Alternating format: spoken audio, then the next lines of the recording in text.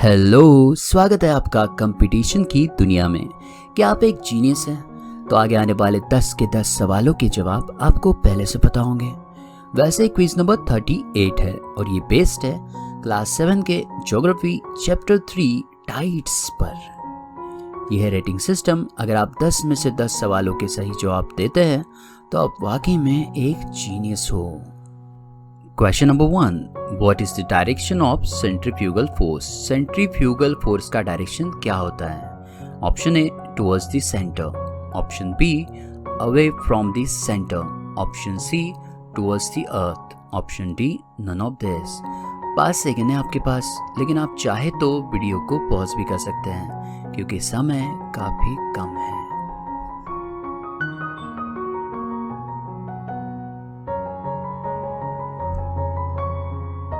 और इसका जवाब है option B away from the centre, centre से दूर।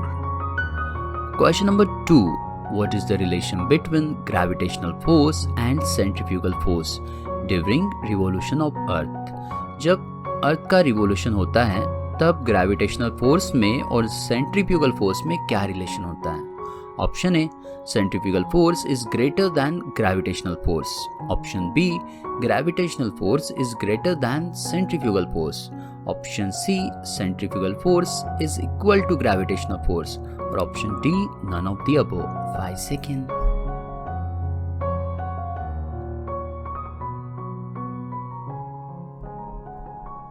और इसका जवाब है option B gravitational force is greater than centrifugal force. Question number 3, during creation of tide whose gravitational force is more effective? जब टाइड बनती है, जब लहरें बनती हैं, तो किनका ग्रेविटेशनल फोर्स सबसे ज़्यादा असरदार होता है? Option A sun, option B moon, option C Neptune, option D all of the above. 5 second.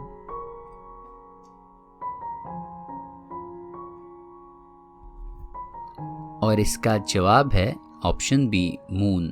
चांद का लहरों पे असर सबसे ज़्यादा होता है, उसका ग्रेविटेशनल फोर्स ज़्यादा असर करता है क्योंकि वो पास है।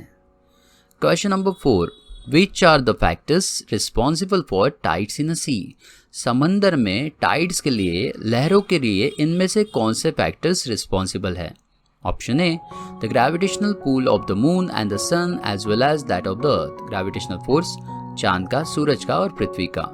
Option B revolution of earth around the sun and indirect revolution of moon around the sun. पृथ्वी का सूरज के अराउंड घूमना और चांद का इनडायरेक्टली सूरज के अराउंड घूमना।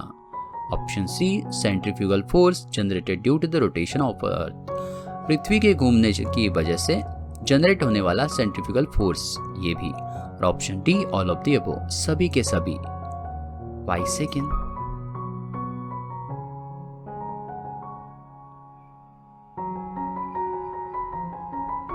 और इसका जवाब है option D all of the above, सभी के सभी फैक्टर्स टाइड्स पर, लहरों पर असर करते हैं समंदर में। ये कुछ आप देख सकते हैं, हाई टाइड, लो टाइड वगैरह।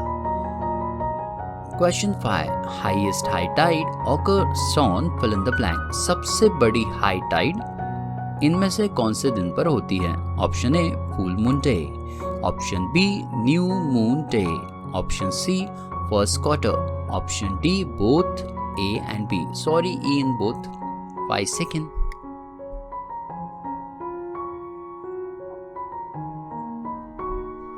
और इसका जवाब है option D both A and B, मतलब फुल मून डे पर और न्यू मून डे पर दोनों ही वक्त हाईएस्ट हाई टाइड क्रिएट होती है।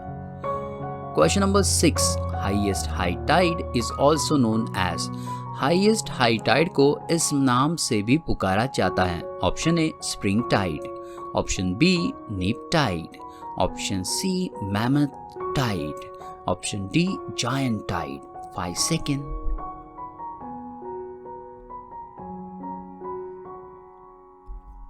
और इसका जवाब है ऑप्शन ए स्प्रिंग टाइड।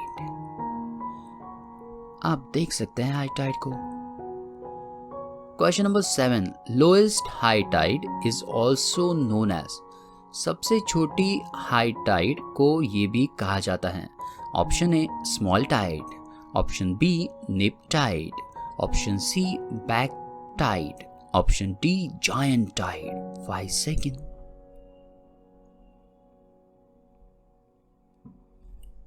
और इसका जवाब है ऑप्शन बी निप टाइड। देख सकते हैं लो टाइड, हाई टाइड किस तरह से समंदर का पानी मून की तरफ आकर्षित होता है। Question number 8, which of the following are the effects of high tide? इनमें से कौन से हाई टाइड की बड़ी लहरों के इफेक्ट हैं? Option A, with high tide fish move into creeks and this helps in fishing activity. High tide की वजह से मछलियां क्रिक्स में चली जाती है, जिसकी वजह से मछुआरों को मछली पकड़ने में आसानी होती है। Option B, ships can move up to the ports during high tide. High tide की वजह से समंदर में जहाज बंदरगाहों पर जा सकते हैं। Option C, the tides helps in maintaining the mangroves and the coastal biodiversity. High tides की वजह से मैनग्रोव्स पौधों के पेड़ों की ग्रोथ ज़्यादा होती है और कोस्टल एरिया में बायोडाइवर्सिटी विविधता मेंटेन रहती है। और option D, all of the above, सब कुछ हाई टाइड की वजह से होता है। 5 सेकेंड। और इसका जवाब है option D, all of the above. Question number 9, the raise a portion of wave is called. Wave का, लहरों का उठावदार हिस्सा जो होता है उसे क्या कहते हैं? Option A crust, option B trough, option C high, option D none of this. 5 second.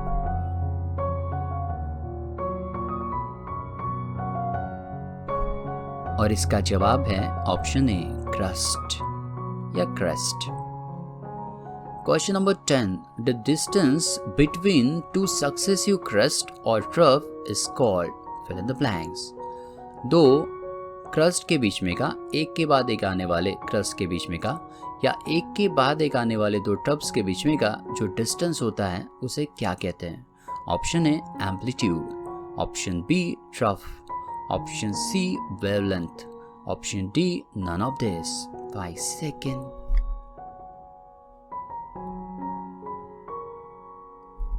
और इसका जवाब है ऑप्शन सी वेवलेंथ। इसे वेवलेंथ कहा जाता है।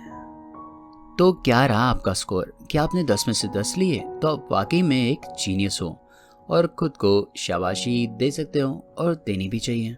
मिलते हैं नए वीडियो के साथ, तब तक के लिए अपना ख्याल रखिए। Take care, bye bye.